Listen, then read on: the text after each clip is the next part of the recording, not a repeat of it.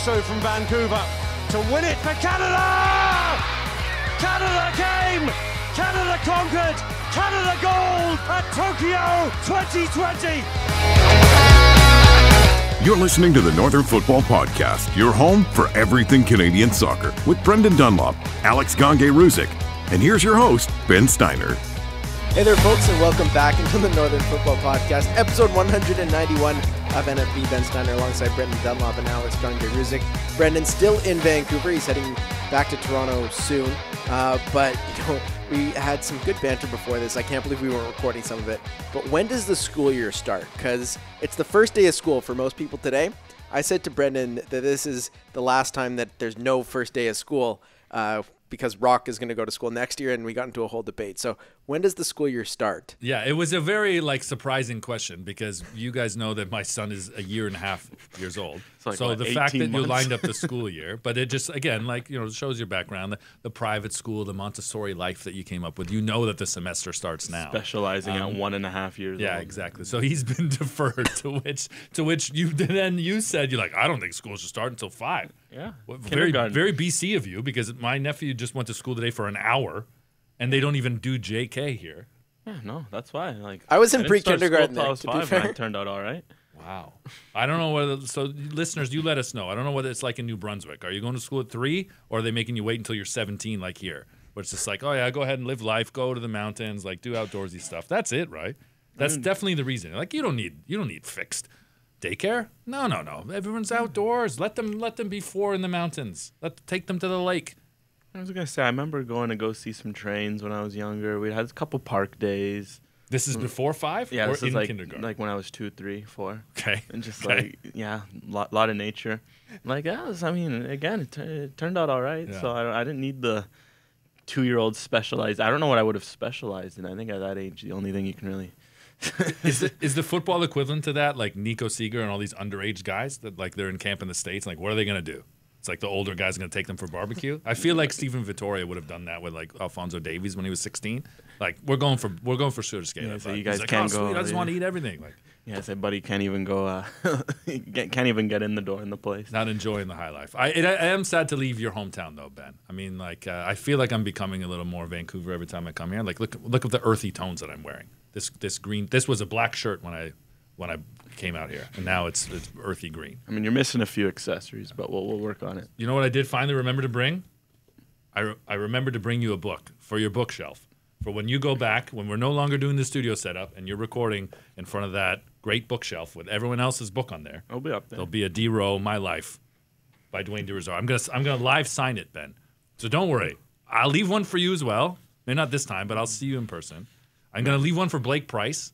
So when he's calling Whitecaps games, he can go and he can make references to a few things and have Dolly laugh. There's a couple of Dolly references. Actually, I guess finals on One Soccer. I was gonna say you could get some references for the final, but I guess the only other time that Blake would call a Caps TFC game this year would be the final. Oh yeah, yeah.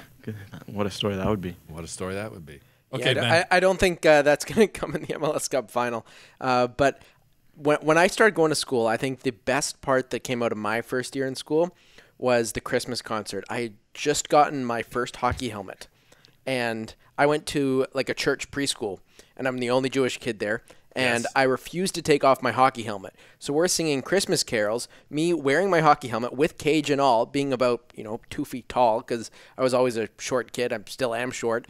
And then I got up on stage, and I refused to sing the Christmas carols, and I said, I'm Jewish. I'm not singing the Christmas carols. And at least my dad has reminded me of that story basically every holiday season or anytime I get a new helmet. So. And this was when you were a year and a half old as well? I was... This is proper kindergarten. I was 2, yeah. 2. Yeah. Okay. Amazing. Yeah. That is a phenomenal story.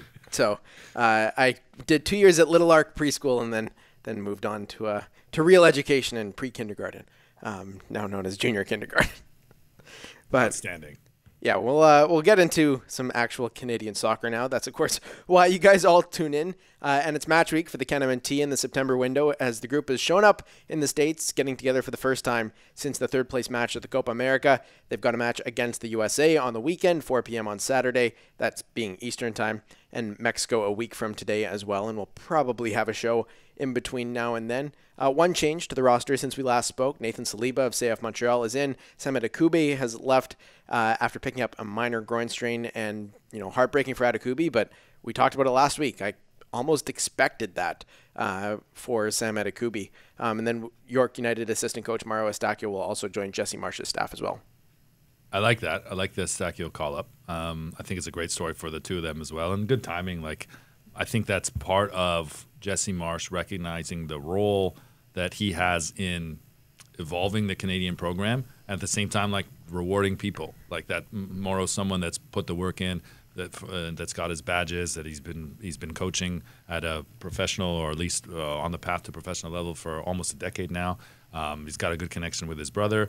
I really like that. I think that's a smart room move and deserved too. You want to see Canadian players get more opportunities. You want to see Canadian coaches get more opportunities, right? And he's doing it in the Canadian Premier League, and now he's got a chance to do it in Jesse Marsh's new staff. I actually really, really like that move. Yeah, you have to remember too that Jesse Marsh, since he's come in, nothing's really been touched at the youth level. You can only wonder if moves like this might precipitate. Of course, could Mario Estacio be considered as an assistant coach long term? We'll see. But also, potentially, this could be opening some doors for a U20s role, a U17s role. There's at least one new job opening, right? Yeah. You got to imagine Lombardi's not coming back to his old role. Oh, so there'll be a few. Yeah, I'd say that there's that, and I mean we'll see, because Canada just had another U20 cycle, and that wasn't very successful. So maybe there'll be something where they look at could there be an opening at the U20 level? Could there be opening at other levels? I think coaching's a huge aspect of this. Just not even just program, because it extends across the country. It's okay. How do you get there's this whole wave of players that have gone to new heights, both domestically and abroad. Well, how can you retain them and get them coaching in the country, right? You can only wonder too, will this open up? Will we see this with former national team players like Atiba Hutchinson, who he's kind of just been enjoying life. He's his book just came out last week, which is awesome news for him. But he still hasn't kind of announced the next chapter. You do wonder if Jesse Marsh might be giving him a call eventually. Did you get a copy of the book?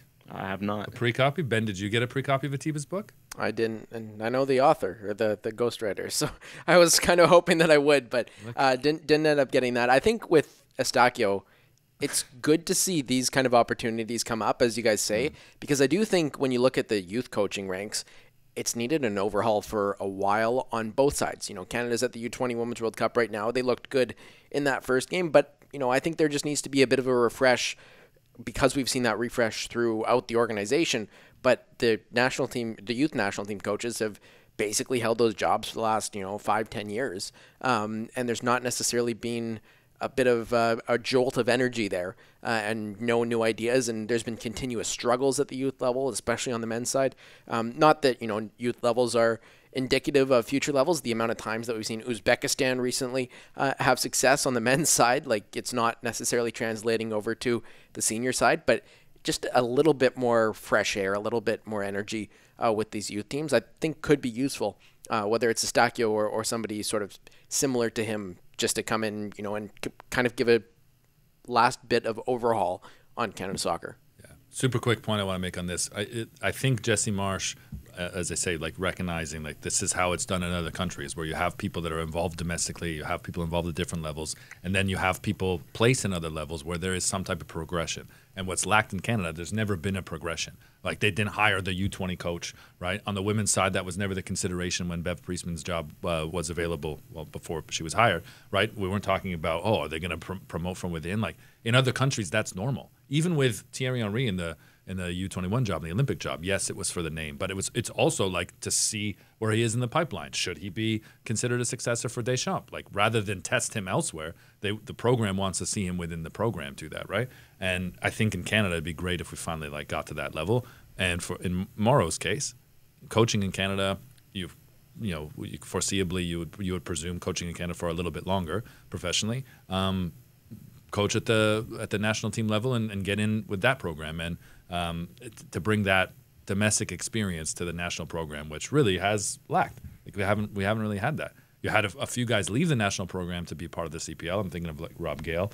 There's been a few other people that have been involved too. Tommy Whelan Jr. been involved as an assistant too.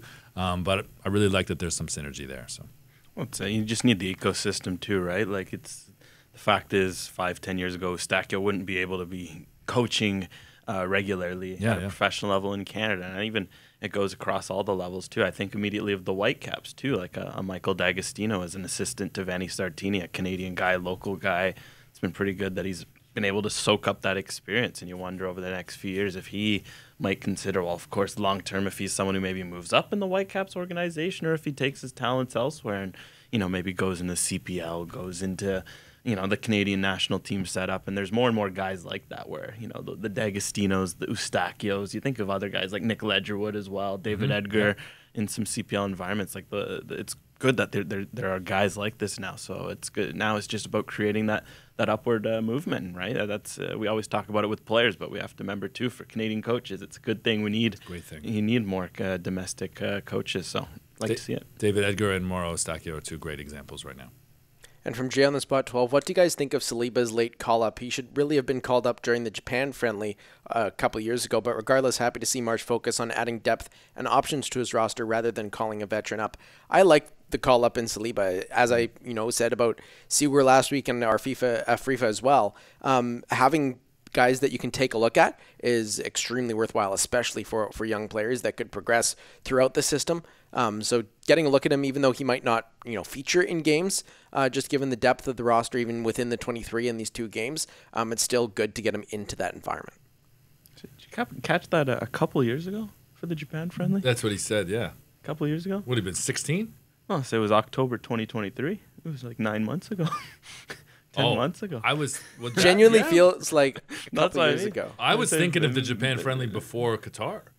That's what my mind went to initially. But also it feels like forever when you, Peter, and I recorded in your apartment and you just moved in, Alex. That feels like that's what I mean. That's why when you say Japan, I was like, that was like last year. So you got hit with that COVID time where you just, that's the thing. Ever since 2020, like time makes no sense. You'll say this happened last year, and you're like, it happened like 2 weeks ago. Or you're like, this happened 3 years ago, and you're like, it happened. Yeah, well, you guys lost your entire university experience. Like I lost my prime in like my prime year. Now I'm gray. Dunlopinho. The suits don't fit anymore. Boom, dad. Like I lost my prime, but you guys didn't even have a proper university experience. The breakout was delayed. It's okay. We're all together now. I live signed this for you, buddy. I live signed this book so that it can go on your shelf. You don't have to read it now. Ben can set you up. You can read it later. But I live signed it. The big question on the D-Row book, though, is do you talk about breakdancing? Of course. Okay. 100% is breakdancing. Okay, D-Row was like he the was godfather of breakdancing. Yeah, he was the original Canadian b-boy sort of. Was he involved in any of the commentary, or was he on CBC talking about breakdancing? I wish. There was a good feature written on him a couple years ago. Missed opportunity, Ben. Opportunity. You were in the machine. Missed opportunity. I didn't have much sway in the machine, but I was in the machine. Now he doesn't have the sway. Oh, sorry. Next time. There won't be a next time. Thoughts on Nathan Saliba, Alex? Yeah, I was going to say Nathan Saliba. You were trying to refresh the question. Let me set you up quick, because I know you'll give the breakdown as to why he fits into the team. Because I said to both of you guys in watching some CF Montreal disaster a couple weeks ago, I'm like, this guy's not ready for the national team. And then he finished the game actually really strong. He had a good game at the end. And you had said, you're like, actually, no, I think overall, like he's definitely on the trajectory to be there. I didn't think that he'd beat Jules Anthony Vilsaint into the team. But too many forwards. Well, too many forwards. But to Ben's point, this is a good time to get some new faces in. And it seems like it's a good opportunity for him at the right time for him too.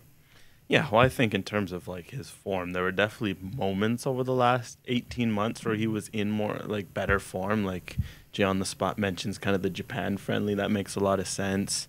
Maybe earlier in the year there was a patch where Montreal was doing a little better. You wonder maybe the March window, for example. Mm-hmm. But I think for Saliba, what I've seen of him is just you see certain skills, you see what he's really good at already, and the big thing is when he's feeling himself, he can spray the ball around the field. He's got that passing ability. That's obvious. But then, of course, it's been since day one, the growth for him has been, of course, physically, as it usually is for young midfielders, defensively. But offensively, there's a lot to like. You could see the confidence. You could see the way he would attack goal. You know, very, very, very good offensively. But that's why it's been kind of interesting to see his development in Montreal, because it's been very tough at times. It's been a lot of like midfield pivot, and over time they'd kind of develop something where, Mathieu Choinière could do a lot of that work. But Saliba, he's kind of one of those guys with what he brings offensively. It's been a lot. It's been a lot to play in that pivot where it's a lot of defensive responsibility, and it can kind of overwhelm at times. But he's always been someone where you think, okay, maybe if Montreal gave him a little more freedom, maybe they put a third midfielder in, he could really do a job. But I think, again, it's part of the development. It's something where Choinière at first struggled in the middle, and you're kind of like, would that work? He can run a lot, he can work hard, and then over time he kind of adapted. If that ends up being the case with Saliba, which I think it will, there's a lot to like in that. But already, there's certain skills he brings. I think the passing's the big one I think of. He can just diag a ball 50 yards. He can pick out some dangerous passes. And so it's good timing. It sucks that Adekugbe is unable to make it, but I think it's kind of telling that I think the left-back depth is pretty straightforward, and that it's Davies, Adekugbe. Adekugbe picks up a minor groin strain. All right, so be it, no reason to push him. Like it doesn't sound like it'll be anything too serious. You can get another midfielder in, because midfielders continues to be a position in need, and we'll see how Saliba reacts to this test. You're missing one thing that benefits you. You got another French speaker in the squad. You can get more l'exclusif, huh? In your press questions. Exclude the rest of us with your long-winded French questions. Yeah, let's say. Well, if they put him up on the podium. Yeah, if they put him on the podium. Yeah, they say new guy, hey, get media availabilities. He might, though. He might. Yeah, you never know. I mean, I had a funny French experience over the weekend. I was writing on the Cascadia derby, and I forgot how bad/good Phil Neville's French is. Oh, wow. And his Spanish, because thick accent, and he was asked questions in French and Spanish, and you're like, okay, I don't understand either of these languages, but I don't know if the people asking the questions do either. But good on him for answering the questions in both Spanish and English and French. But we'll get to questions from Rude Shrewd and TFC Milan fan. Who benefits the most from Kone being out this window, and which CanMNT player would benefit the most from a solid showing across these September friendlies? And I think it has to be Niko Sigur, because there's going to be that opportunity with Kone out. We're not going to see the pivot of Estacio and Kone, which, it might not have worked in the way that we want it to work, but it is something that does get two of the better players on the pitch at the same time. And at the end of the day, that's what is, going to find success with the national team, by having the best players on the pitch. But having Sigur potentially in that role, now I do have my doubts of whether he's actually going to get thrown into, the starting 11 on Saturday against the United States. But if he is given that opportunity, I think it's a real good opportunity for him to grasp a potential starting role in competitive games down the way, especially if Kone, and Estacio aren't there and need some sort of squad rotation. Do you think he starts, though? No chance. I was going to say, I'm not even thinking about Sigur, because ultimately he was brought in as a dual national. First camp is going to be about experience, and he's only played he just played 15 this weekend for Hayouk, coming back from an injury. There's also the reality there's no reason to drop him into the 11. So immediately, if I'm thinking the Kone question, it's it's going to be Ahmed, because he's already been a lot of camps, and he's been playing that 8 role lately. Had a chance to watch the Austin game back this morning. He had a good game against Austin. You watched the whole game back? Yeah, well, I hadn't seen it live because long weekend, didn't catch up. So I'm kind of just been catching up what I missed. He looked really good in that midfield role that, we haven't seen him much because it's been a lot wide. So I was like, okay, that's one. And of course, Choinière. You just think of after, the Uruguay game, you think about the chaotic summer he's had. He, of course, didn't play this weekend for Grasshopper. But I think Choinière is someone that Jesse Marsh is looking at closely. I think Jesse Marsh said some pretty good things about Choinière in last week's press conference. So I'd say it's just the two guys that are already there, right? Because Sigur, it's different positions too, right? For Kone, I think Choinière and Ahmed are probably a little more similar, the profile, whereas Sigur, it's kind of long-term. You want him to push Estacio up the pitch and be a 6. Right now, he's not really competing with anyone in that regard, I'd say, except Estacio. The comment that he made in reference to him going to Grasshopper, and how he said he's happy for him, but he thinks that there's another big move ahead. I also wondered if that was the Austrian-Swiss bias, because they both think their football is better. right? I mean, it's true. So he's just like, oh, he's gone to Zurich. Yeah, cool. I mean, he's better than that. He'll find his way elsewhere. Whereas I don't think he'd say that if he ended up at Salzburg. I think he'd be like, great fit. He's going to be amazing for the team. Can't wait to see him thrive there. He might win a conference league in a couple of years. So, yeah, good stepping stone, Grasshopper. Yeah, he's good. Nice little landing spot. Yeah. Little hop spot, maybe? I don't know. Hey, you should be writing headlines, bud. And from Nick Spirit, given their automatic qualification for the 2026 World Cup, is there a concern that Canada won't get the competition that they need to prep for 2026? And I texted this one to Alex last night, and I said, was the Copa America field hockey?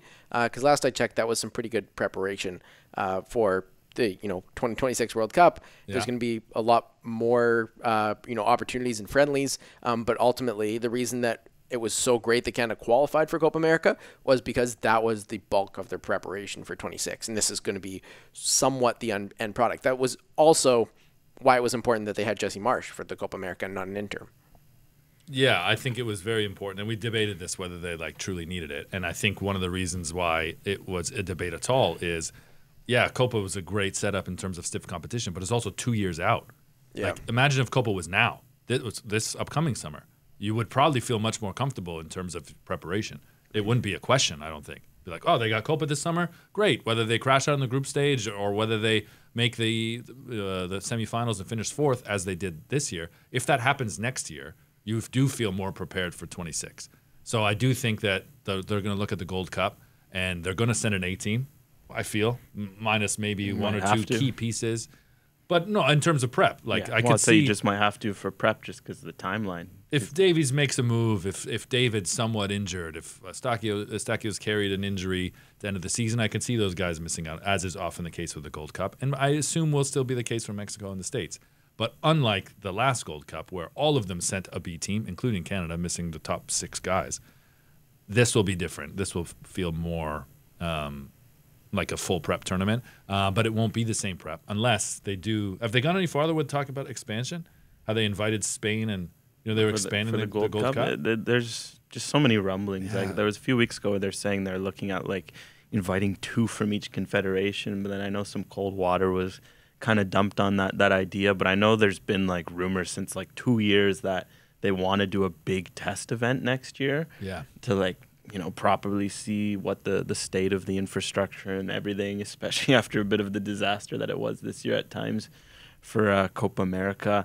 I think it'd be great. You don't think it'd be a good idea? I think it would be great. I just don't know how willing some teams will be to play ball, because especially some of them, they might just be big. Already they had the Euros this summer. Or they mail a B team. Then, if Spain sends a B.5 team. Yeah. Are you learning from them? Maybe not tactically, but I think you're learning from them in the infrastructure wise, because they'll come with the big circus that is the big tournament experience. And that's what I think they'll benefit from off the pitch. I mean, one thing to consider as well is the Club World Cup is on at practically the same time. They're going to host the Club World Cup on the eastern side of the States and the Gold Cup on the western side of the States. So that's a big test of the infrastructure in terms of testing, if they can host a World Cup. But there's also the, player availability. Davies is going to be with one of the teams that's in the Club World Cup, and whether he wants to come over and play for Canada on the West Coast after that, it's going to be a big summer again, because they have a summer tournament for clubs now in what would usually be the off season. Are you sure those dates actually overlap? Well, it's going to be shockingly close, I'm pretty sure. There's huge concerns with timing of the Club World Cup. They want to do it super late. I knew it was in the same window. Because they're there's no actually the same time. For them, they're there's no there's no Euros, there's no AFCON, there's no Asia Cup, because that's what matters to them. But they kind of the Gold Cup's going to be one that suffers, because I think in principle, Mexico, U.S., and Canada will all want to send strong teams, because they might be their last chance to fully prep, but just might not be the opportunity. So I think for Canada, really, again, it shows the emphasis of Nations League. They have to do well in Nations League next year, because if they struggle again, that's going to be missed preparation opportunities. And then other than that, it's until over the next 2 years, it's whatever friendlies you're able to get. But the schedule is just ridiculous. We've been having this discussion. You just look at how jam-packed everyone's schedule it is. It's going to be tough to get top out of. That's what I'd say. Canada's still going to get good tests. Copa America was great. Playing U.S., Mexico, over the next few years or 2 years, no problem. But I just do wonder how much out of confederation tests will they be able to get. And from Michael Maz, which city outside of Toronto, Vancouver, or Edmonton would you like to see the CanMNT play a fixture at, regardless of whether it's a friendly or competitive match? And I imagine you just overlooked in your question, but I'd like to see Montreal out of those cities, and probably, not overlooked in the question, but Ottawa or Halifax could be cool as well. But, outside of Vancouver and Toronto, just spread it a little bit more from Toronto, I'd say. It'd be sweet. I would love to see them. I guess this won't be the case with the Gold Cup, but how they did finally slip one Gold Cup game back in Canada, or Guadeloupe in Canada, in Toronto. If that opportunity were to arise again, I would like to see that in a different place. So yeah. Could you do that in Edmonton instead of picking Toronto or Vancouver again? Albeit you're probably going to want to run Vancouver or Toronto because your infrastructure testing, even though we kind of know how it goes. Figuring, because especially the West Coast, why they wouldn't do that. With the West Coast room for the Gold Cup being on the West Coast, that feels like it's almost I'd be shocked if Vancouver doesn't have any games. You can do a friendly, and they will. They'll get a Suriname, they'll get a Curacao, right? They'll get a. I'm trying to think one of the bigger, smaller nations, maybe Guyana, and I'd love to see Halifax get a game. Is Guyana, Canada, and Halifax a thing? I don't know. Just Canada being there would be cool. How about Victoria? I was thinking they hosted Touchdown Pacific in the CFL this weekend with 14,000. Because it was supposed to be March 2020 was booked, and all the big guns were going to be Victoria? there. Well, remember it was Langford for March TNT friendly, I think it was. TNT. But then COVID happened because Canada was in that weird time where they needed FIFA points, and they scheduled the friendly, and it was John Herdman did a press conference at out in Langford because they were getting ready to have the game, and then COVID happened, so that got canceled. So they kind of owed a game in a sense because they obviously had the women's game, and it was great. The Sinclair part of the Sinclair send off. They actually had two since, right? Because they had the other women's game in 22, but they haven't gotten that men's game that they were about to get, close to getting. It'd be cool. I'm angry about Touchdown Pacific though, Ben. I think you know this. I spent a whole week planning my weekend around I'm taking the boy to see the BC Lions, I'm taking the boy to BC Place, and I'm doing Toronto morning radio on TSN for 2 hours talking about weekend plans. Taking the boy to BC. This is Thursday, okay? Some listener text, bro, they're in Victoria this weekend, and we got Shinetti on the next break. So I've just realized the error of my ways. Don't do radio between 3 and 7 in the morning, okay? Because there are things that you'll miss, and that was one of them. And so I got to spend Saturday in front of the TV instead of actually out there. Can't take a toddler on a 6-hour ferry journey. Impossible. It's not that long. Oh, you totally could have. You could have had a great time. It's 3 hours return. When was the last time you spent 9 hours with a toddler, Ben? My cousins. Really? But did you take a ferry journey with them? Was there no nap? Did you feed them? No, that's the parent's job. You're the parent, so yes, that's the point. I would love to take him again, and he's a great toddler. And Grandma kept saying, "We could do it. I think we could do it. I think we could do it." And I didn't have the confidence. So maybe next trip I'll have more confidence. He's 2.5 instead of 1.5. Well, they need another Touchdown Pacific, or maybe a CanMNT game in Victoria as well. Yeah, that's true. Do a doubleheader. Maybe there'll be a Pacific game going on in here. Do a couple games out there. I'm sure there'll be many ferry rides in Rock's future. I think so. And the men's national team, not the only Canadian national team in action either. The U20 national team on the women's side opened their FIFA Women's World Cup over the weekend and played France to a 3-3 draw after leading at halftime with goals from Nia Rose, Zoe Markensky, and Annabelle Chukwu, who saved a point in the 84th minute. Alex, I know you watched this one from front to back. I caught the highlights of it, but just an outstanding performance from Canada, especially in the first half. Some good goals as well, highlight reel goals, especially the one from Nia Rose from well outside the box. They play Fiji tonight. You're probably listening to this one after Canada takes on Fiji, but a pretty positive performance against France. Yeah, I mean, it was good to see them score because it's been, I say 22. It was just watching them offensively, they struggled. In this team, they've got, there's firepower. You could see the roster, and Nia Rose sounds like someone a lot of people who watch NCAA closely have been saying, oh yeah, watch her. Of course, for those unfamiliar, you see the Rose last name. It is the sister of Jade Rose. So it's just, first of all, what a possibility that could be to have potentially two or a pair of sisters down the line, both playing for the women's national team. One a center back, one a striker too, by the way. The Chukwus? The Roses. The Roses and then you said another pair? Oh, I just meant the pair of sisters. Oh, the pair of them. Yeah, imagine if you had two, the though? as well. Like that's all a possibility. So yeah, no, the offense cool. was the big one to see. Just like they had firepower, but to see them play out, like they're playing fluid. It was clicking. Like they were getting in dangerous areas. They probably could have scored 5 or 6, and they probably still have another gear or two to hit too. Like there's still some moments where you could see all the rustiness. Maybe they haven't played together a whole lot. 'Cause prep, of course, as it often is for youth camps, wasn't always there. But right away, you can see the offensive potential of the team, and that's huge because so many tournaments it'd be close games, and they need a goal to get out the group or to win the game, and they just didn't have it. I see this team already.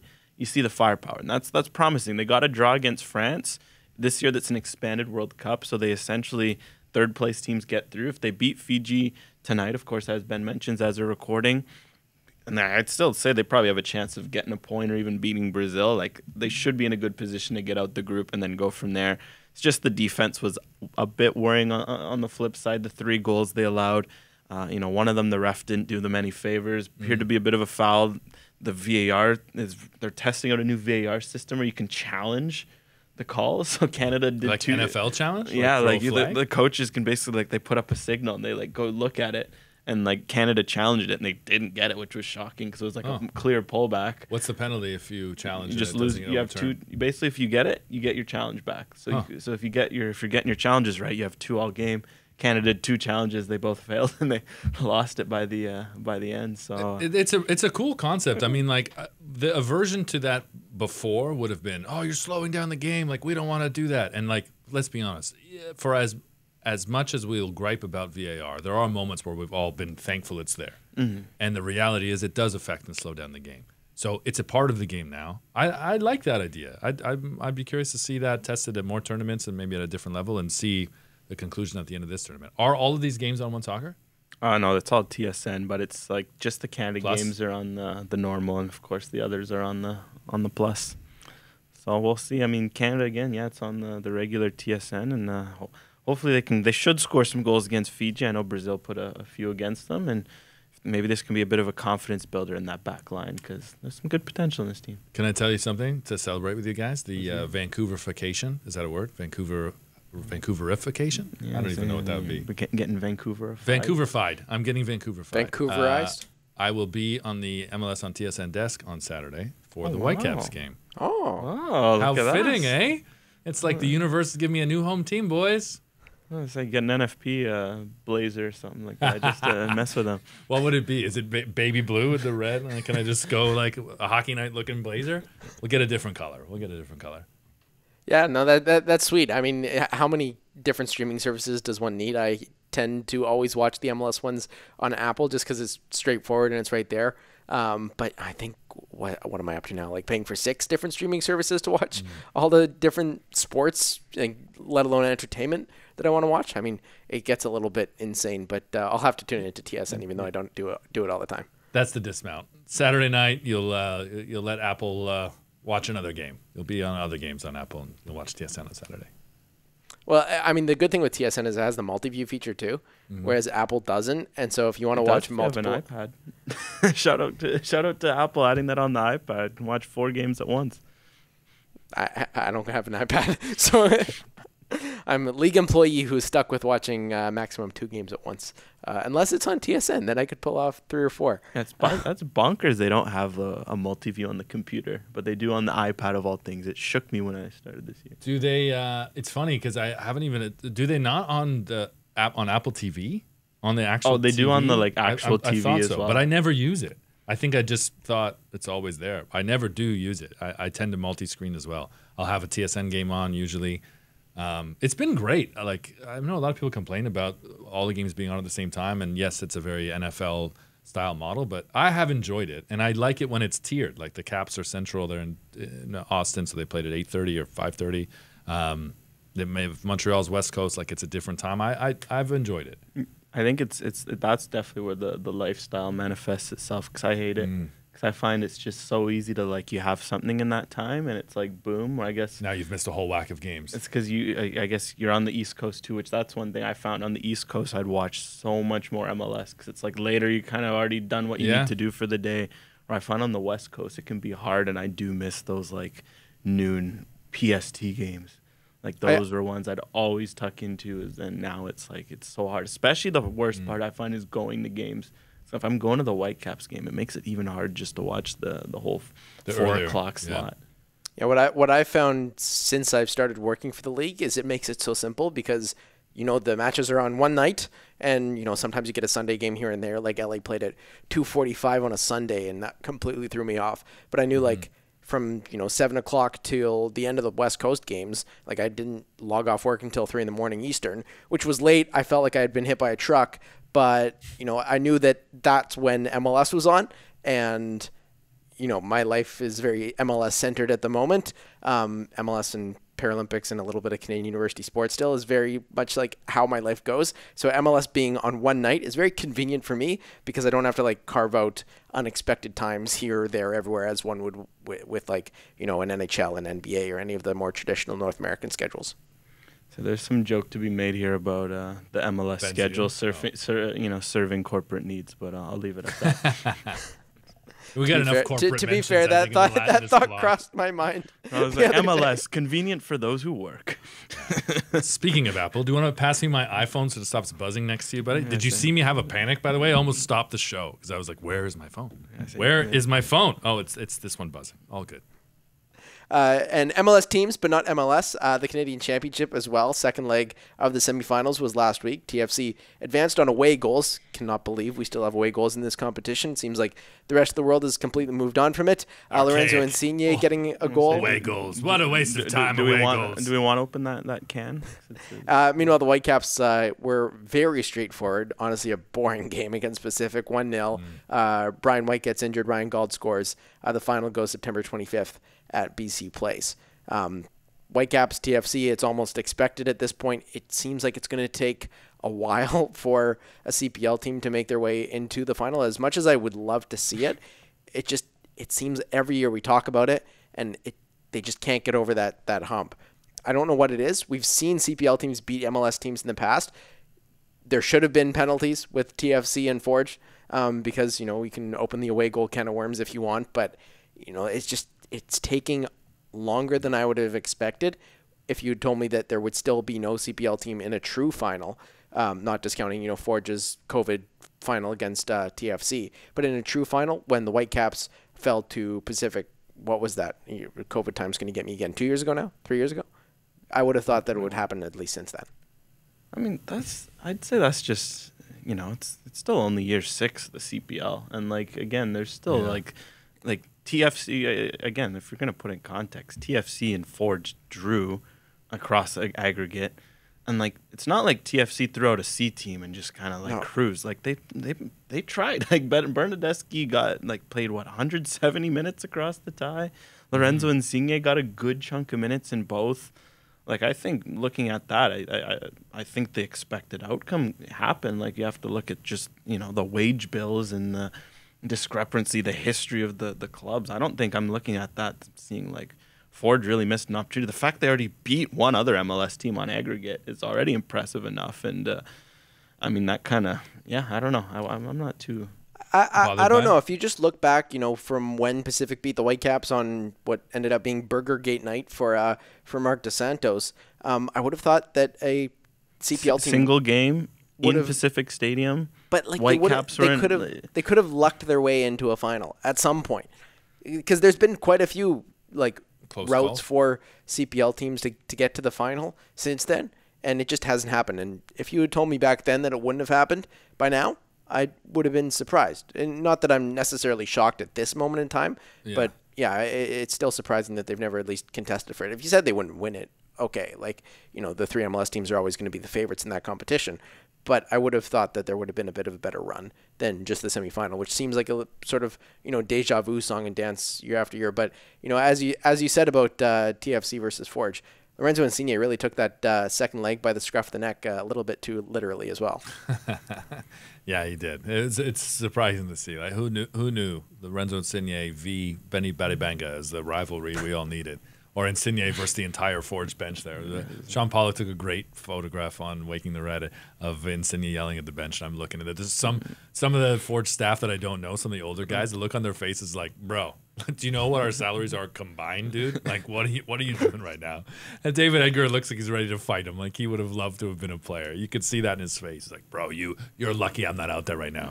You're lucky I'm not in the center of defense. Very feisty. Very, very feisty. One quick point, Ben, though. If you think about like how many times a league championship team makes the FA Cup semifinals, like it doesn't happen like that often, right? The fact that you've got two teams, and I think we can like that might be the new bar, is it to have two CPL teams in the semifinal?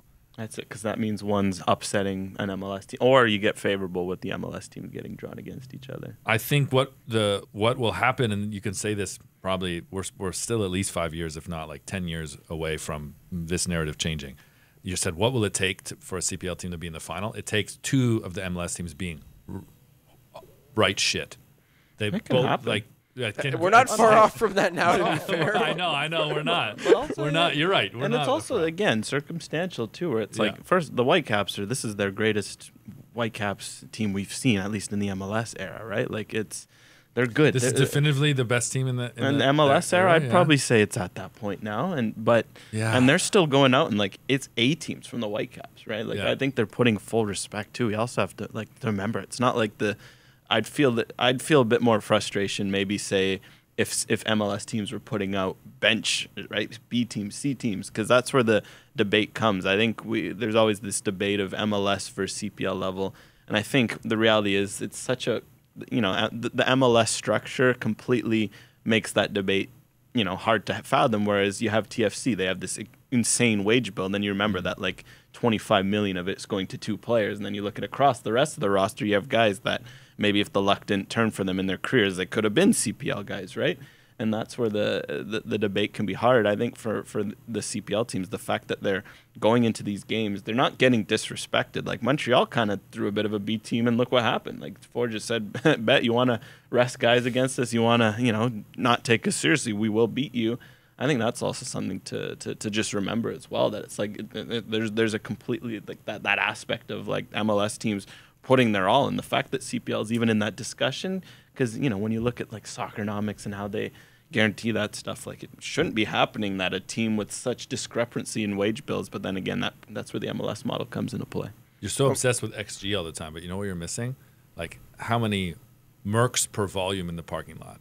If you go to TFC's parking lot, I imagine there's like 5 super luxurious vehicles, at least one guy that's like definitely flexing too hard. You can't afford the vehicle that's in the parking lot, and then some average, nice vehicles. But if you go through the Whitecaps parking lot, like, are there more Mercs? Are there more Mercedes? Are there more Bimmers? Because I'm walking around Vancouver, and it seems like every other car is a luxury car. A Tesla, so many Teslas here. Right? There's a ton. In Toronto, it's like a 3-to-1 ratio. Here, it's 1v1. Just out the window right now, I see 4 vehicles. Like Four vehicles passed. Teslas, 3 of them were luxury cars, and one was a Hyundai Sonata. Just saying, that's the new measurement. You're missing out. Hashtag analysis. Hashtag. That's what I'm bringing to the show, guys. No what comment. Does Dunlop do with drive. those two? he brings real analysis that you would not get otherwise. Beamer. If you want to talk about Toronto's need for more bike lanes and protected bike lanes, I will entertain you on that, because Ben's a biker now, eh? Welcome to the club. Tell me you're from Vancouver without telling me you're from Vancouver. The thing is, he joined this biking club quite late. You could have joined me on a few COVID bike rides. I've been doing it for a minute, but hey, now that you're biking, you might have to join me for a ride when you're back. 'Cause I know you're training for your little triathlon there. Have either of you guys done the Grand Fondo? I've not. my uncle has. Okay. My brother-in-law is doing it this weekend at Whistler, and it sounds amazing. But he's been riding like 100 kilometers a ride for like 3 months. Yeah. 4 to 6 days a week. Who has the time for that? Yeah, so that's honest. That's why COVID was great. I ripped a couple 100K bike rides. Really? And my peak of cycling is my one thing I'm really proud of in terms of athletic achievement. I did the Triple Crown. The Olympic Triple Crown that Seymour, Gross, and Cyprus all on the bike same day. Come on, Tour de France over here. So wow. that's my one proud achievement. I'll gloat about that. The rest you won't hear much about. I won a title in co-ed 7v7 at XTSC. That's my athletic achievement. You guys are climbing mountains with Dan Murphy and cycling 100 kilometers up Whistler. Wow. Yeah, I mean, my long-term plan is hopefully at this time next year, I'm talking about me doing a half Ironman. That's kind of my goal. But nice. We'll see. I'll talk about it for a year, and then we'll see if I actually do it. But it wasn't just the MLS clubs in MLS, but it was also a bad weekend for TFC and CF Montreal in league play as well. TFC let a late comeback slip away in the final moments against DC United at home, taking a hit to their playoff hopes that seemed to be pretty positive heading into the weekend. I thought, a win and they're going to be pretty comfortable. And CF Montreal continued their just absolute nosedive. Luca Orellano scoring another goal from his own half for FC Cincinnati.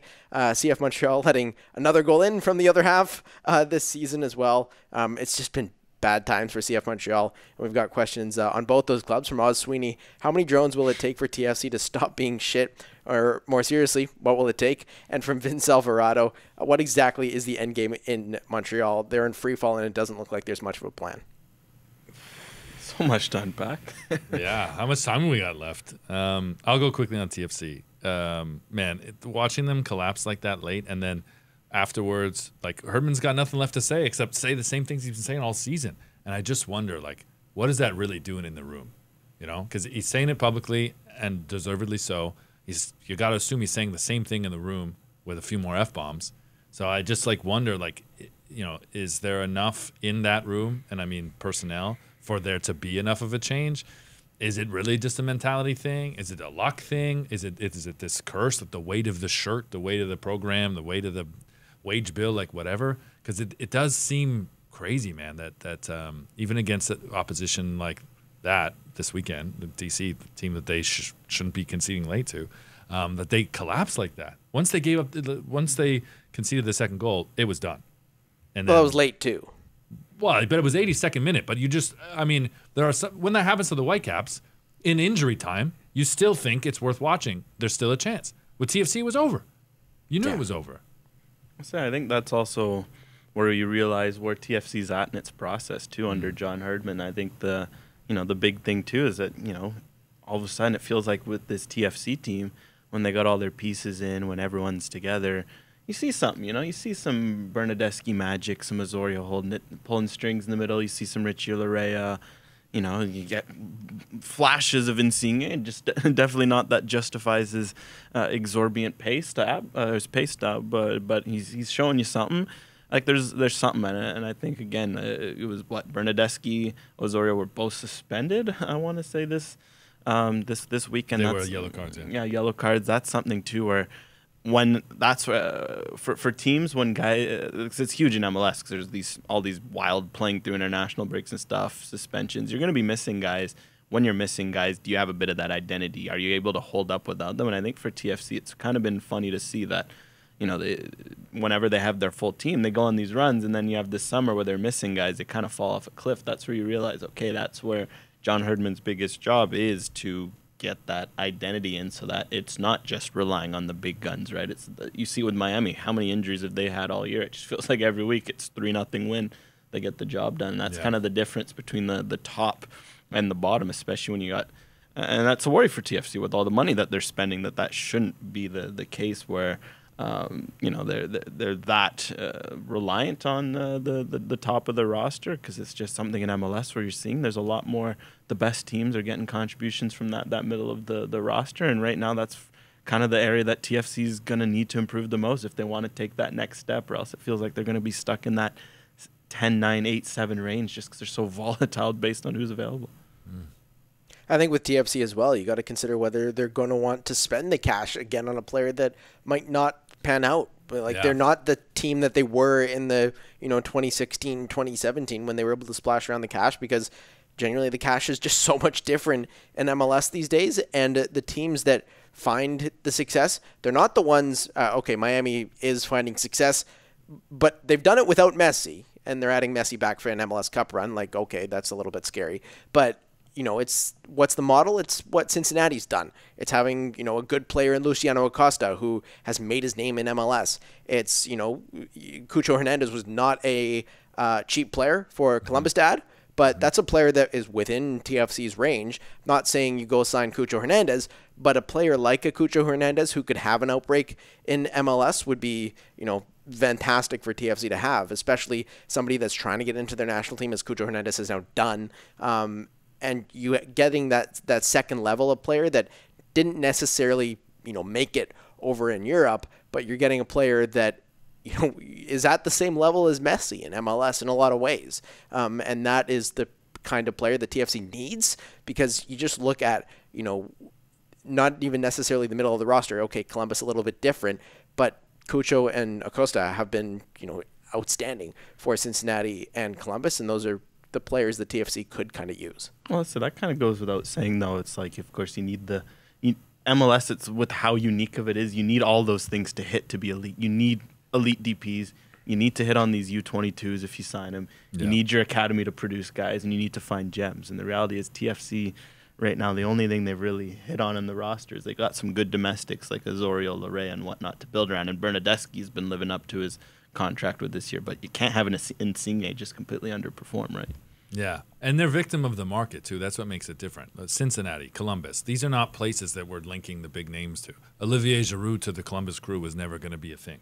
Yeah, right? But Cristiano Ronaldo to Sporting Kansas City was almost a thing. But that's because of some crafty ownership and some ambitious smarts by a group that realized they had pole position here because the big cities weren't about to get that creative and didn't feel they had the means to be that creative, right? And the reality is it would have been so insane if Ronaldo actually signed there. I think he knows that. As insane as it was that he went to Saudi Arabia, I think he's like, man, if I'm coming to MLS, like, can I live with being in Kansas City? Like, I don't even eat barbecue.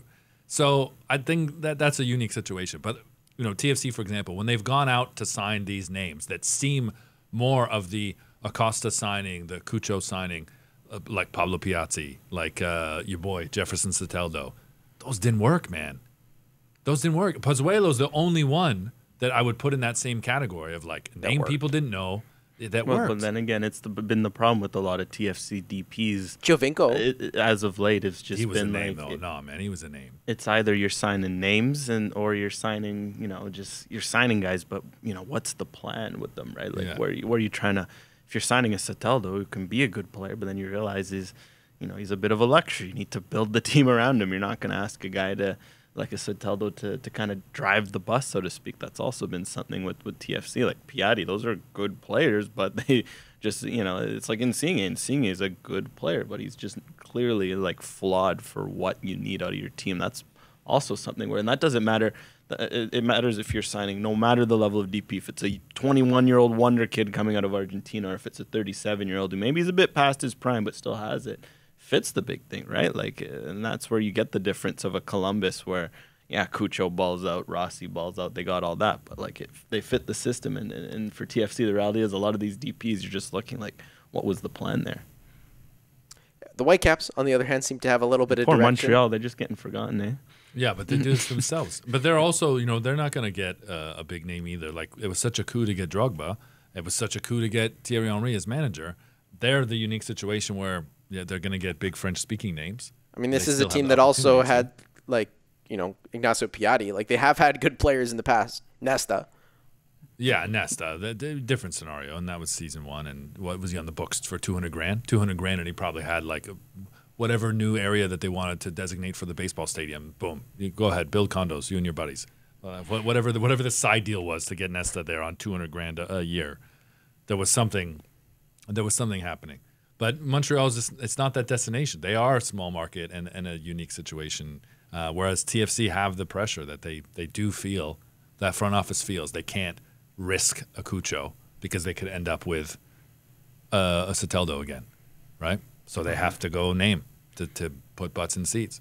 So, I mean, they're taking the risk. That's the thing with Montreal. They're not making that risk in terms of the spending. But even then, I mean, you don't need it. Like, the best Montreal team we've seen over the last decade was that Wilfried Nancy team that was just made up of, quote-unquote scraps and crafty moves across the league, but there was a vision. And that's what I worry about Montreal with all the just turnover that's happened over the last few months. Like, there just seems to be a lack of vision, and that's where you end up with these scenarios where a Losada came in last year, and that never really seemed to be a fit. Courtois comes in this year, and I'd say that could be a fit, that can be a fit, but for whatever reason, just in terms of the roster he has and how he's been able to integrate things, a lot hasn't fit. Like, it just feels like Montreal's kind of lost the identity of what they were, and that's because if you're going to be a bargain bin team in MLS, you can do it. Like the Philadelphia Union showed over a good period. Like, there's teams who can do it without spending much, but you need a clear identity. You need to be very you're signing like Moneyball guys. Are you signing them just because their agent called and like, hey, and they're like, oh, okay, let's sign. Or are you calling them because you're doing like, what some of these like a Midtjylland or like Union Saint-Gilloise are doing because they have some very specific like Y-Scout parameters, and anytime a player fits those parameters, they get a little notification like, oh, there's this guy playing out in the Cambodian league that's ticking these boxes, let's go sign him. Or are you just signing, because they have a Canadian passport or agent fees? And it feels like Montreal, at the beginning of Olivier Renard, and when they got that 22 team, they were hitting all those parameters. They were getting guys that are deals. And right now, when you look at the squad, it's just been, they haven't been able to fill in the holes, and it's starting to get a little scattergun in terms of some of the guys that were brought in this summer. So it's hard to see to answer Vince's question, to see what their plan is, because now the team's a bit scattered. They're already lacking a big name. It's kind of like where to start to fix this, because they don't have one, and it feels like Laurent Courtois is not going to want to stick around there. Like, it's tough for a coach, mess, right? It's tough, but he also seems like visibly frustrated. The players are frustrated. The hits that the risks that they've taken, like Joseph Martinez, he's putting up numbers, but he wants the hell out of there. He's not going to stick around, and that's not something. The second he signed there, anyway. I was shocked. Like, I was stunned that when he signed there, especially considering the heights that he hit in MLS before his slew of injuries. But for him to be in Montreal, I would have never imagined him in a CF Montreal shirt. Considering his days with Atlanta United back in the day. Yeah, no, absolutely. It's so unique, MLS. I am going to have to dip out, but since we talked about Wilfred Nancy, I want to put this out there because I didn't get this in the group chat from you guys, and I would love your opinions on this.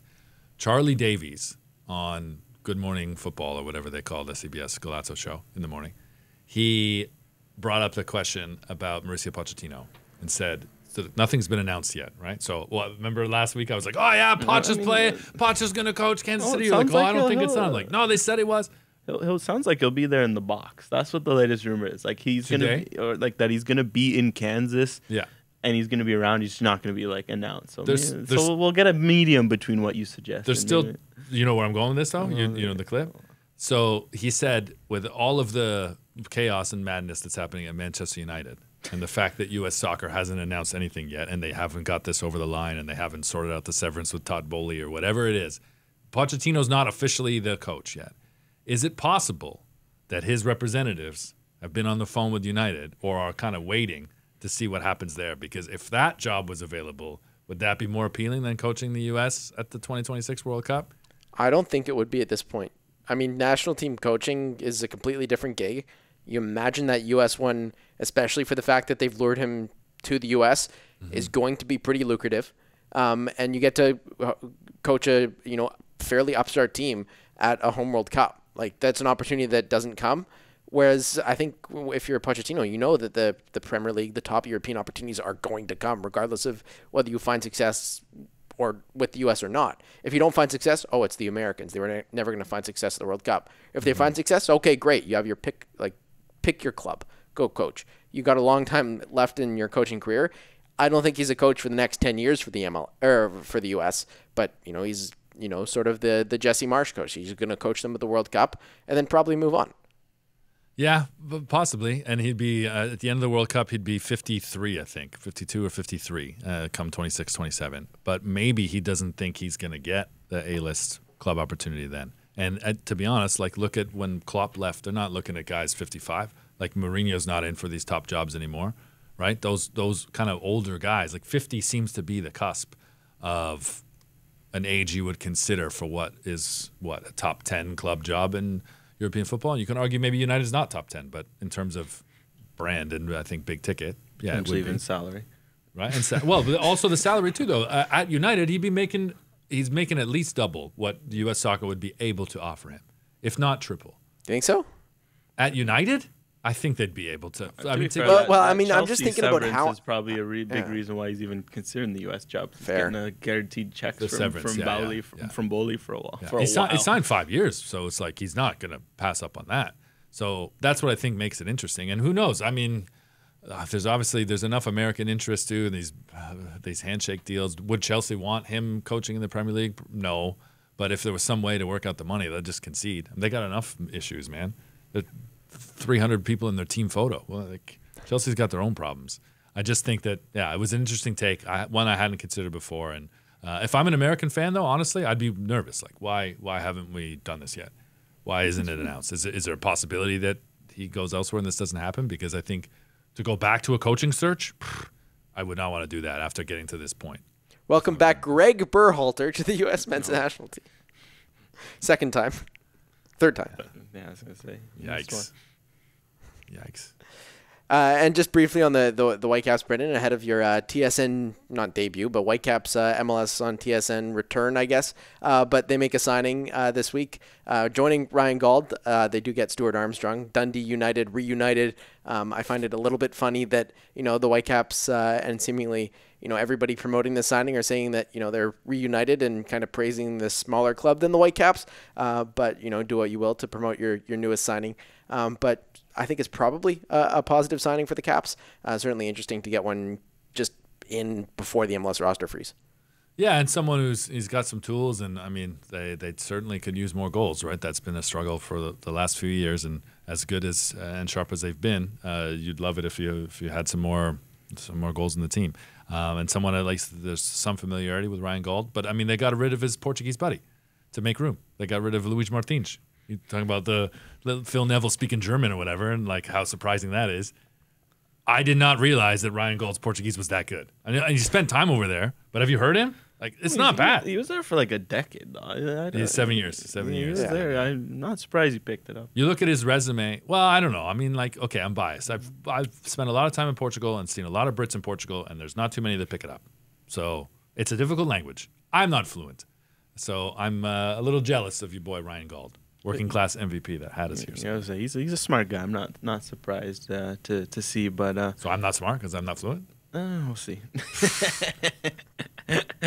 Brendan just having to step out. He's back to Toronto in the morning and then off to Ottawa for a little bit as well. But just lastly on Armstrong, Mine Zilberstein, thoughts on Armstrong to the Whitecaps? I know that you were able to get a bit of a look at him as well. Yeah, I mean, got to hear his press conference today. Just sounds like a very, very just quiet, well-spoken, nice chap. So I think that's good for the Whitecaps because obviously that's been a big thing that's been mentioned by a lot this year is that part of the reason for how well they've done it's been the locker room, and sounds like Armstrong should slot well in. But in terms of on the pitch, because that's what the Whitecaps will be hoping for. Again, another older signing, there's been a few of them, right? You got Krylak who came in, you got Pico. Of course, you had Eddie Ocampo coming in to kind of balance it out with a bit of a young guy. Of course, Diber Caicedo, we can't forget, is also back in the mix. But Armstrong comes in a bit older, but look, he ticks a key need, is that the Whitecaps, offensively, they're a good team when they get shots, when they get quality, but they're just such a low-volume team. They kept hammering it away on the Apple broadcast in the Austin game. Like, yeah, the Whitecaps, they keep having these games under 10 shots a game, but they have a good goal rate. Well, Armstrong's going to help a lot because his ball progression stats were very, very good in his last few years with Southampton. He kind of plays an 8, a 10. From what Vanni Sartini says, looks like he kind of sees him slotting in as a bit of that 8. And that's good because this team with Ryan Gauld, he can score and create goals. Brian White can finish them to an extent. Fafa Pico has been putting them in. But they've struggled to maybe sometimes get those guys the ball as much as possible. Ahmed has been someone that can help, but they haven't been necessarily playing him in the right spots to do that. Vite can help, but he's been playing a little deeper. I think Armstrong coming in, if they can get that right mix, you'll just hope that Armstrong, Ahmed, Vite, they get the Gaulds, the Whites, the Picos, the ball, and they can score some goals. So yeah, ticks a key box, and we'll just see how much at 32 is it. The DP signing could be a bit of a risk given his age, but we also don't know, is it a buy downable DP spot? Could he become a TAM player? Because I think that changes the equation. But overall, I'd say it's a pretty good move. Yeah, I like the move. I generally like that they were able to add a guy just before the roster freeze and after the weird transfer window closed, because, you know, there's players that the Whitecaps lost out on because the Canadian transfer window closes even before the MLS window transfer closes, which was well before the European transfer window closed. And so to be able to bring in a guy who is out of contract, who is fit, not match fit, but could probably play minutes right off the hop, is good, because it's difficult to add a player after the MLS roster freeze, or after the MLS transfer window, and before the roster freeze. They managed to do that. They managed to add a guy that could be an impact player, and also, you know, prove why they took that route in terms of their roster building structure, of whether to, you know, say that they want the DPs or the U22 sort of emphasis on their roster structure. And, you know, that was the route they took, and they made it count, at least for this year. And we'll have to see, you know, what route they take kind of going forward, whether they can buy him down, whether, you know, there's just sort of various movements that they can make in a contract like that. Yeah, exactly. It's all about, we'll see what next year looks, but what this shows again is there's a clear timeline right now with this Whitecaps team. They, of course, want to compete this year and push and try to make a run in MLS Cup, win the Canadian Championship, push as high as you can in the Shield race, because they can very easily, they're within touching distance of the top 5. But it appears they are top 5. They're not top 4. Well, I'm talking about Shield, like supporter Shield. Oh, like I haven't even looked at that. They're within touching distance of it, because there's kind of been like Miami at the top, and then Galaxy, Cincy, and then there's kind of this next group of teams which the Whitecaps are kind of on the cusp of. But the way they're gearing up and the way they've really, like, they kept Gauld, like, because Gauld's contract would have been up soon. They extended Kubas, they extended White, they extended all these guys. Next year really appears to be like their all-in year. So it'll be fascinating to know, like, in their all-in year, can they buy a Kubas down and bring in another DP? Can they buy an Armstrong down? But this Armstrong signing kind of fits in the idea that this next year and a half is going to really be like go all in as you can, and then, you know, see where you land after that. So it's going to be a fascinating time to see what all in ends up looking like for the Whitecaps. How high can that ceiling really be? Because I think they've kind of comfortably become a team that can contend for top 4, but can they become a top 4 in the West team? Can they become a Shield contender? Because it's felt like they're one big move or two away. So we'll see if this Armstrong move ends up being one of those big moves, because, again, there's so many question marks, and the reality is we might not even see that question answered this year unless, but if he does hit the ground running and balls out, that's a huge bonus for the Whitecaps. I mean, it seems like the Whitecaps have been a move or two away of having that difference maker for a while. And this is the type of time that you want to add a player like that. I don't think Armstrong is that guy that kind of puts you over the edge. But can the Whitecaps be a team like RSL has been? I mean, RSL has Chicho Arango and the success that he's had, but he goes down injured. I think the Whitecaps are still a ways behind LA and LAFC, you know, just the shine of Hollywood and the ability to sign Olivier Giroud and Marco Reus in the same window for both those teams. The Whitecaps aren't there, but could they win a round in the playoffs? Maybe 2 rounds, get the city a little bit excited about it. I think they could, but making it out of the Western Conference is going to be tough, given, you know, LA and LAFC are there, and I don't know even what a, you know, big impact signing would do, just given the strength of those 2 teams at this point. Yeah, I mean, it's some, you know, they're in a bit of a weird spot. I think we'll just see how close they are. Because the reality is, too, like Gauld and Kubas are like top at their position in the league. That gives you a chance because, you know, it starts with those guys. The reality is the playoff run's going to depend on how consistent a White can be in those big games, how quickly an Armstrong can hit. Like, how big of an end of the year can Vite and Ahmed have? Because I think those 2 guys were guys that were kind of earmarked to take big steps, and maybe, you know, Vite's really hit stride as of late. I think that's good. Ahmed's really hit some form as of late. They're going to need that, and I think for the Whitecaps, they need a lot of things to hit. So, yeah, we'll see, because it's worth noting they tried to swing for the fences last year. They brought in Adekugbe, they brought in Larea. Those didn't end up being they didn't end up working for different reasons just for last year. So we'll see if this year, if Armstrong can do that. You know, if the elusive Adekugbe can he get to a certain point where he can help impact a potential playoff run? It definitely feels like the Whitecaps, they could go 2-0 with the playoff format this year. They could also go win a couple rounds because a guy like Gauld could help them win games against top teams. The reality is we just haven't. There's still a bit of volatility there, right? There's not that consistency where a Columbus, you know they're going to go on a run. LAFC, you know they're going to go on a run. There's not that quite yet. So Brendan leaves and it turns into the Vancouver Football Podcast. But we'll get back to the Canadian side of things here as well. We now know the CanMNT players in Europe this year. Alphonso Davies with Bayern, Jonathan David with Lille, Alistair Johnston, who will actually be joining us on the Northern Fútbol Podcast as well. With Celtic, of course, Tejan Buchanan with Inter when he comes back. They'll be in the Champions League. Moise Bombito with Nice, Stefan Estacio with Porto, and Promise David with Union Saint-Gilloise in the Europa League, and Zachary Broguillard with Lugano in the Conference League. So it's going to be a pretty lengthy list of Canadians to track in European continental competitions this year. Yeah, and a lot more games, right? Because you have the 8-game group stage and the most complicated draw in the world to do it in the most complicated format. Like, it's funny because I think great Ronaldo can hit a button. That's what we learned over the weekend. I want to say he mastered that AI system, but like it's funny because on one side I think the format is actually going to be quite kind of interesting to follow, like just all the unique complexities of it. But I'm also really annoyed because the old format was perfect. So like, why touch? Like why change what worked? But it's obviously what you get 2 extra games, you get more money, you get more Champions League. You know what the motivations are, and that's what's annoying about this. But I think that an underrated aspect is that, yeah, like Alphonso Davies, I mean, he's already established what he can do at the Champions League level as a winner and as someone who's done really well in this competition. But Jonathan David in his one cameo in the Champions League did quite well with Lille. It was in the 21-22 season. It's exciting to see him back and what he can do. With Lille. Johnston is going to want to have a bounce back because him and Celtic did not have the greatest Champions League campaign last year.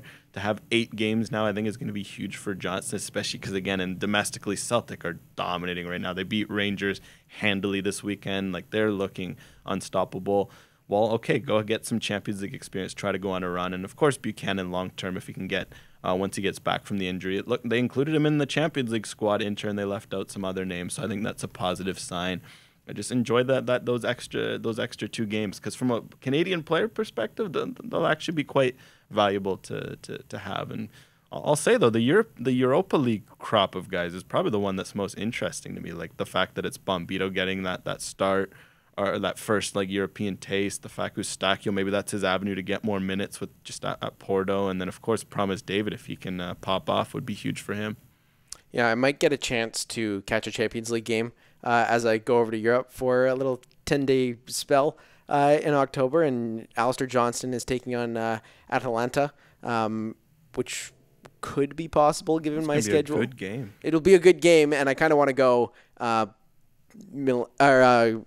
not currently on the schedule for me, but I'm going to see if I can make it work. I was hoping that Munich was going to be at home because I'll be in Munich initially, but we'll see if I can catch Alistair Johnston in some Champions League action.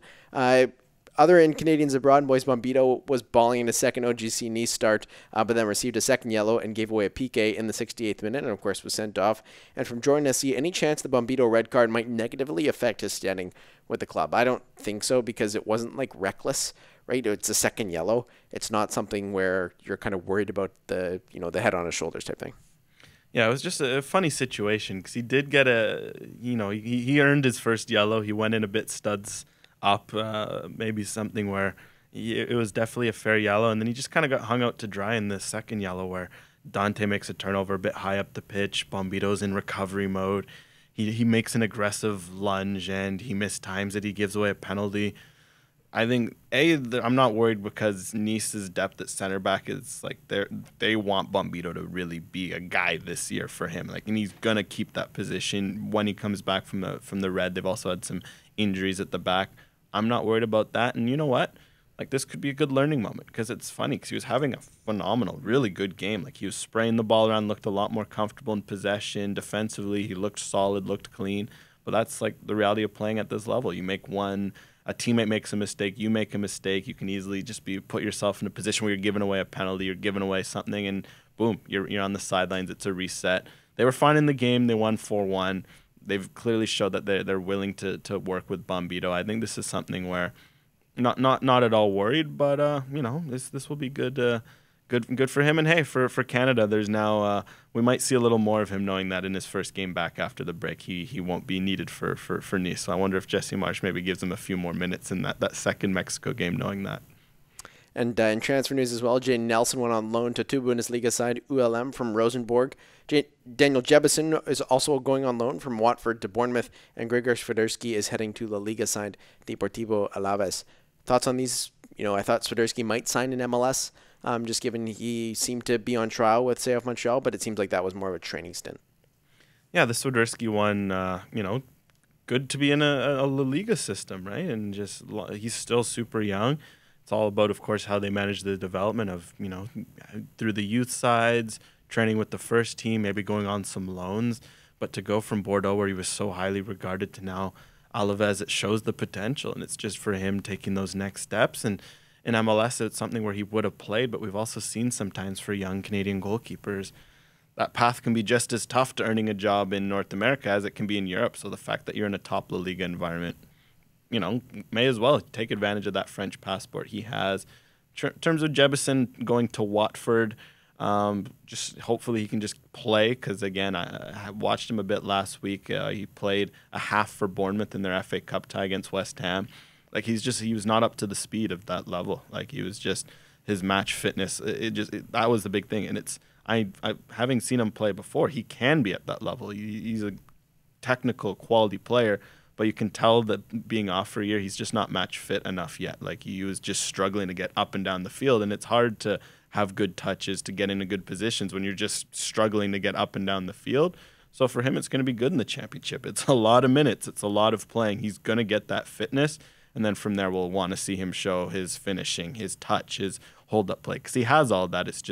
It's hard to show. And for Jayden Nelson, he fell a bit out of favor with Rosenborg, as many will tell me.